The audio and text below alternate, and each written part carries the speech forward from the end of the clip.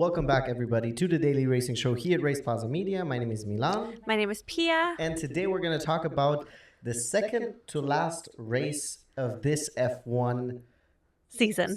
Yes. Yeah, it's been now, this was our 23rd race out of 24. They were racing in Qatar this weekend in Lusail. I think that's how you pronounce it. They had a sprint race this weekend as well as a full race. Correct. And it was, I feel like, a very unexpected weekend, especially Sunday's race. The feature race was bonkers. Yeah. So neither of us watched the sprint race, but you watched sprint highlights. Yes, correct. Is there anything noteworthy you want to bring up before we jump into the main race? I mean, actually, I did watch the full race. I did watch the full sprint race. I tried to sneak it in before I was going to bed. I mean, I think the big thing that really happened, in my opinion, was, of course, that there was a lot of teamwork between the two McLarens because Lando was in the front, Piastri was in second. George was really trying to overtake Piastri. They had a couple really good fights in there. However, Lando played the team game and tried to give Piastri as much of the DRS as possible. And then at the very end, right before crossing the finish line, Lando conceded his position and gave Piastri the sprint win. So he won the Qatar sprint race the second time now in a row. And I think it was to be a team player and also to give back what Piastri had given him in Sao Paulo to kind of even the things maybe also going forward. And it's also because the championship fight is obviously over now. Yes. However, the Constructors' Championship is still on the line, and McLaren, while they're currently leading, it's not technically guaranteed that they win. It's theirs to lose. Yes. But you never know what will happen. Agreed. So Ferrari is still in contention of taking that Constructors' Championship. Yes, which I'm also very excited that they didn't take the win of the Constructor Championship in this race. So we have something really of note to look forward to in the final race because the Driver Championship is already decided. But then, yeah, it's going to be fun to see, especially also because it's not Red Bull that's winning it. It's literally, like you said, it's between McLaren, it's between Ferrari to see who will win it because neither one of them have won the Constructor Championship in a long time. Yes, and this is the second time Max Verstappen wins the Drivers' Championship without winning the Constructors' Championship. So in 2021, Mercedes won the Constructors' Championship. Correct. But I mean, that was not, this time it was not Max's fault. Not saying that it was last time really either, but this time it was, I think, definitely to the fault of... I think last time it was probably Bottas' fault.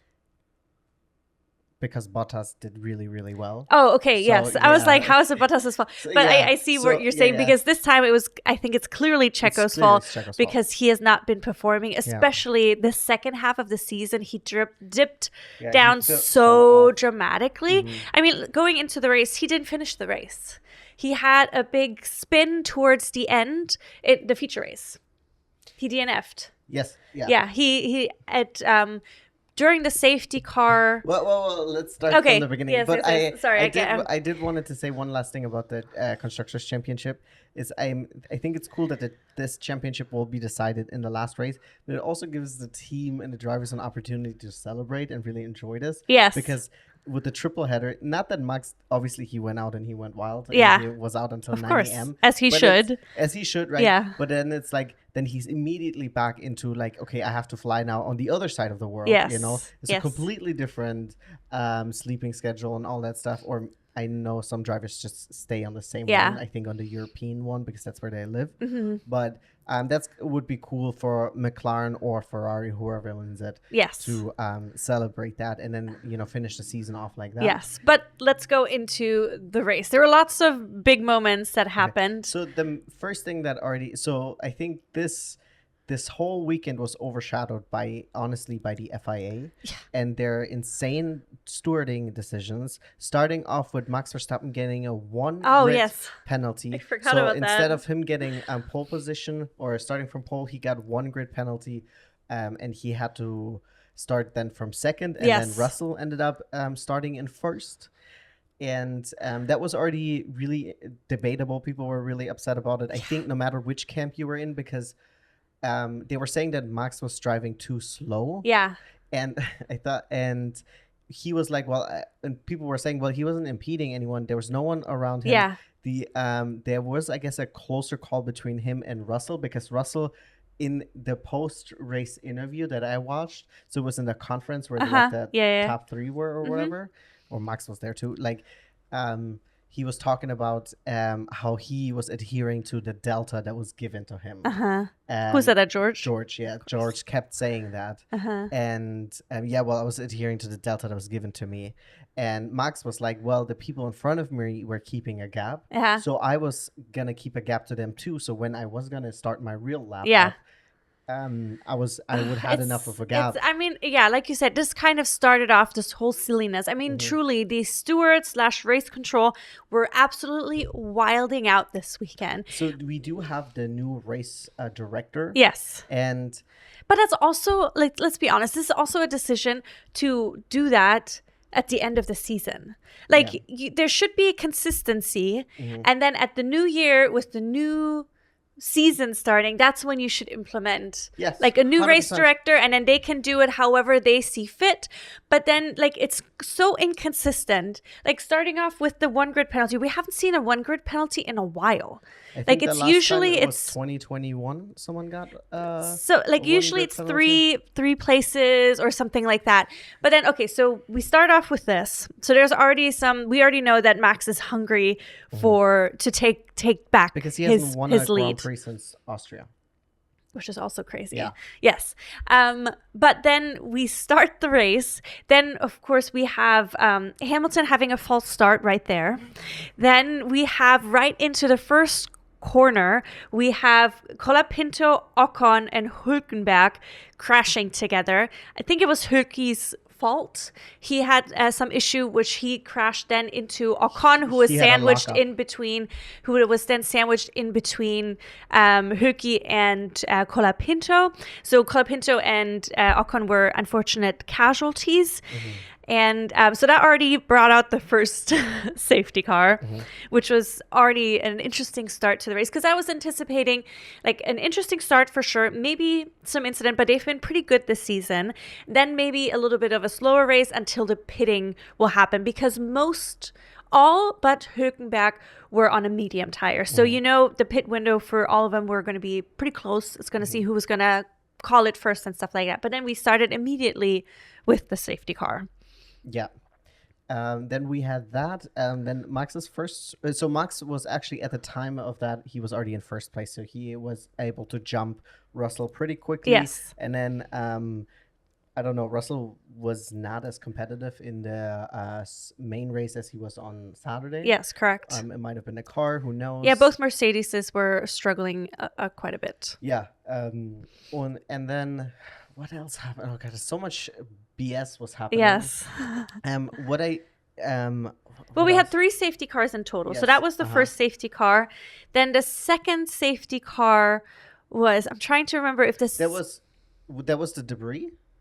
So I think so. So we had a debris incident. So somebody lost a mirror, which was on the starting finish straight for quite some time, which I was so frustrated about, that the no race control made a call, because that's literally a path where they drive along, because that's the only place for people to either move out of the way, which then eventually happened, or for people to pass. So then eventually, several laps in of that piece being on the track, yes, they had a little a flag there warning people about it. However, several laps after that, the piece has been laying there for laps and laps. Then Bottas was getting out of the way because he was being lapped, and he went over the mirror, shattered it, and then Hamilton went over it, Sainz went over it, and both of them punctured their tires, which then eventually caused another safety car to come in, but it hurt both of them. Yeah, I think it's So I understand sometimes the FIA, if a piece is not on their racing line, they will just leave it there. But in this case, this is a very popular overtaking opportunity, because you obviously have DRS going into that first right-hander. Yes. There's a lot of overtaking, and we saw it during this start, and you see it the whole time during the race. It was like a very popular overtaking spot. Either you try to go on the outside, or you let the other person go deep and then you cut Yeah. around. But then we have 2 punctures because of that. Just insane. And then we had so then there was another safety car. I can't remember why it cost another safety car, because we had 5 DNFs. Yeah, we had 3 safety cars. So that was 2 safety cars. And I think maybe it was Lance, the other safety car, because he also went out. Hülkenberg it was Hülkenberg again, because he went out into the gravel again. And I think he had to be he had to be brought in. Because so that Lance was retired the car in the pits. Because he did his penalty first before he Sorry, guys. It's just so much that happened. And we watched it this morning. A couple hours, many hours since we watched it. And you have worked since. Yeah. So that happened. Then during that second safety car stint, a third safety car stint, Lando ended up, apparently he was speeding, or he went over the delta. He didn't lift during in the flagged area. People were saying that it was really unfair for him, because the light kind of flashed the moment he was passing by, but there were other flags at the same time. So it was probably very difficult going at a high speed. Yeah. To see that. So then he ended up getting the most absurd penalty. I know. Which it was a stop and go penalty. A 10-second stop and go penalty. So that also means when you serve a penalty, you're not allowed to switch tires. So that means he had to go into the pits, stop for 10 seconds, and then keep going. So that meant he ended up losing 35 seconds. And at the time when he was given that penalty, obviously there was a safety car. So everyone was bunched up. Yes. So 35 seconds put him all the way at the end. He was able to get into the points, and he finished in 10th place. And I will say I'm a little sad about that, but not for Lando. Not because it's Lando, but because of who he kicked out of it. Yeah, we'll I agree. I agree. But that was insanely harsh. Yeah. Especially given the circumstance. And then it's also like, then give him like a 5-second penalty. At least then he can go and switch tires. I do want to say something about the whole penalty thing later. And then because they had to clean up the track after the second safety car, the safety car took all the cars through the pits. Yes. And then Lewis apparently sped a little bit much too into the pits, and then instead of him getting a 5-second penalty or 10-second penalty, he got a drive-through penalty. Yeah. So again, why a drive-through penalty might be worse is because you don't get to stop, you don't get to switch tires, and at least get something out of it. And you lose a lot of time. Yeah, you lose a lot of time, and Lewis already had. And see, that's what frustrates me, because now with this new race director, suddenly there's such different strictness, Yeah, so it's like what you said earlier, like, okay, switch your racing director. If the other guy who spoke out against, I guess, the FIA, I don't know if that's considered retaliation anyways. It's that's a little questionable. Very suspicious. Yeah. But so you get rid of the guy, you replace him, then he needs to finish the season the way it was done. Yeah. Okay.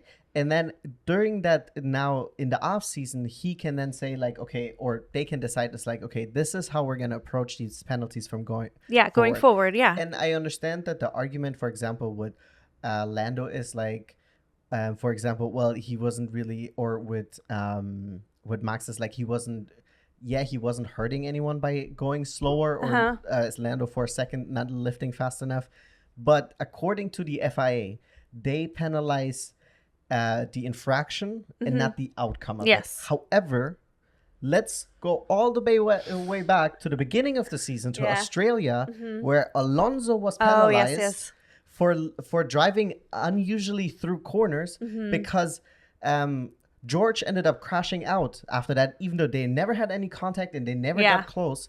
So you penalized Alonso based on the outcome of what happened to Russell. Yes. And that's not right. How are you going to tell someone how they're going to go through a chicane? The whole, I understand having a rule book, but the way they approach it or interpret it is so varying and so inconsistent.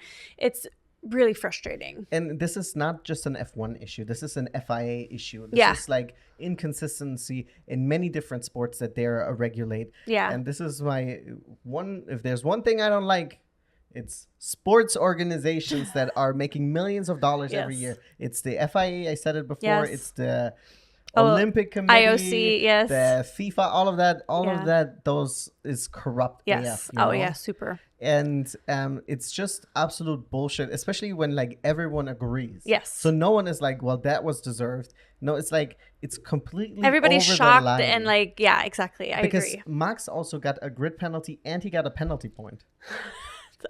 That is wild.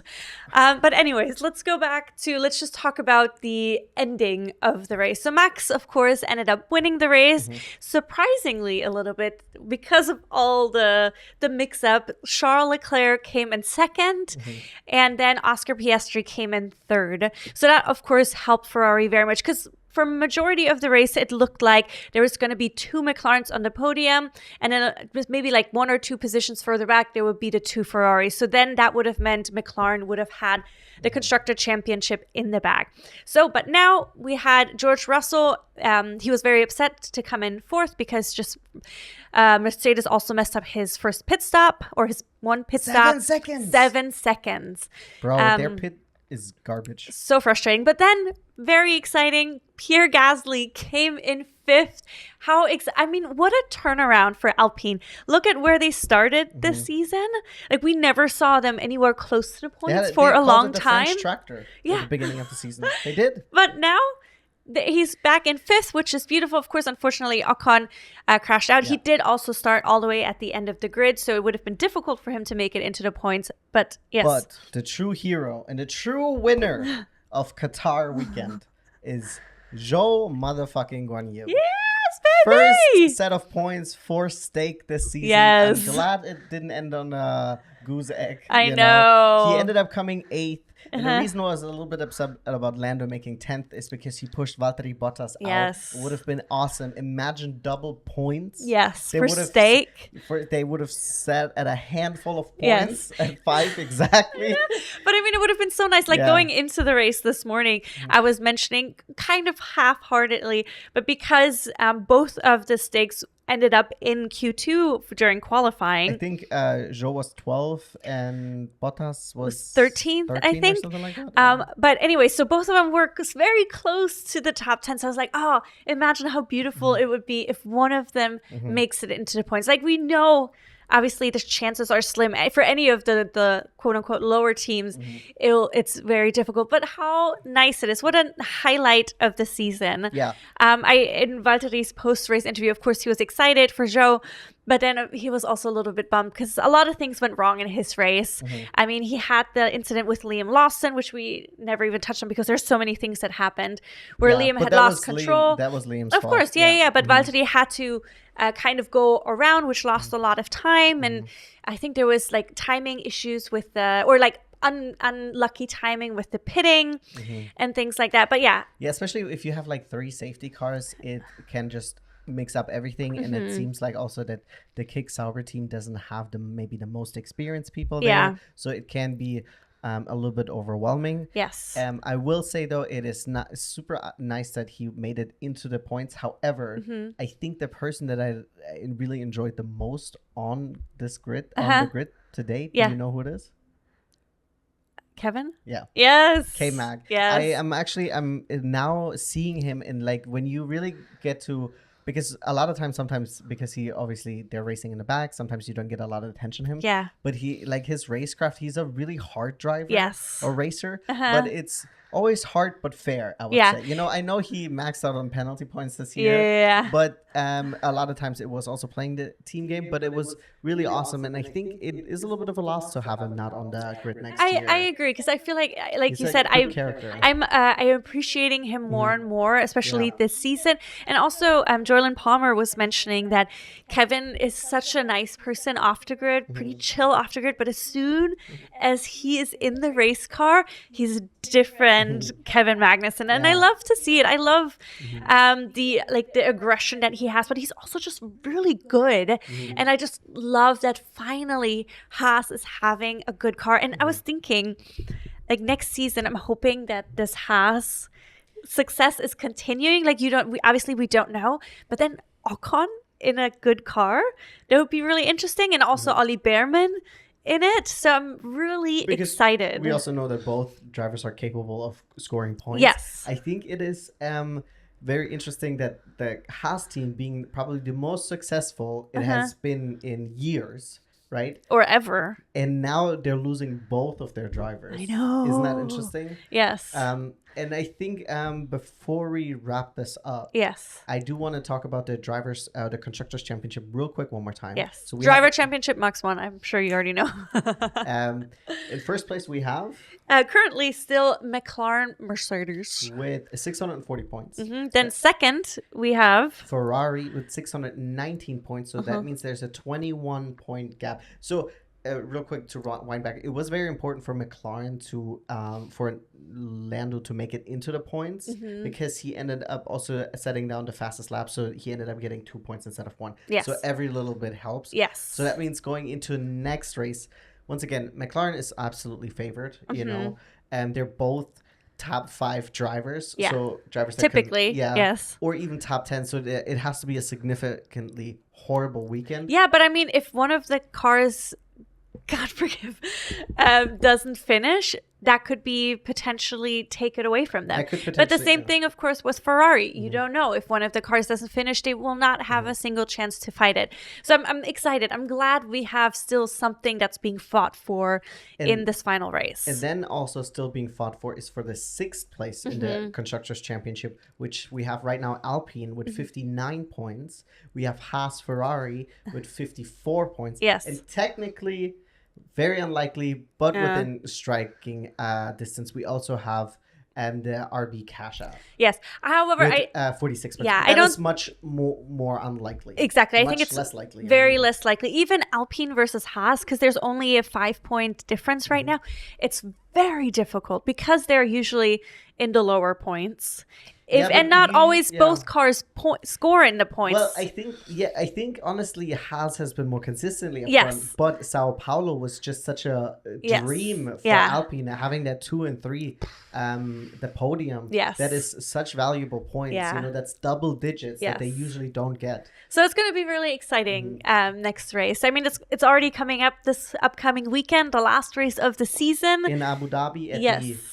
Yas Marina circuit. Exactly. And yeah, I'm looking forward to it. And then after that race, that kind of concludes the big series of the season that we've followed. Exactly. I mean, there's still some races, of course, but not a lot. I think we have, like, after that, you have... There's the stock cars. You have one more weekend where you have multiple races. And then, it's the holidays.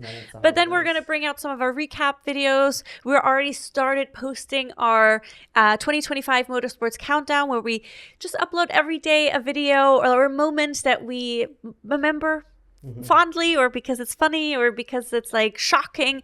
So watch it. Let us know what you think. Let us know if you have any other thoughts. And tomorrow we're bringing out a F1 Academy recap for I think it was the last 2 races. Yeah. No. It's not the last 2 races, but it's 2 very important races. Yeah, they're gonna finish their season also at the Yas Marina. That's true. That's true. But yeah, they also raced in Qatar. Clearly, we haven't watched the races yet. We're gonna watch those in just a little bit. But some exciting things happen. So stay tuned for that tomorrow, and remember to give us a like and a subscribe. And we will see you guys here tomorrow. Comments. Yes. Oh yeah, get in the comments. Let us know what you thought. Thanks for tuning in. Bye, guys.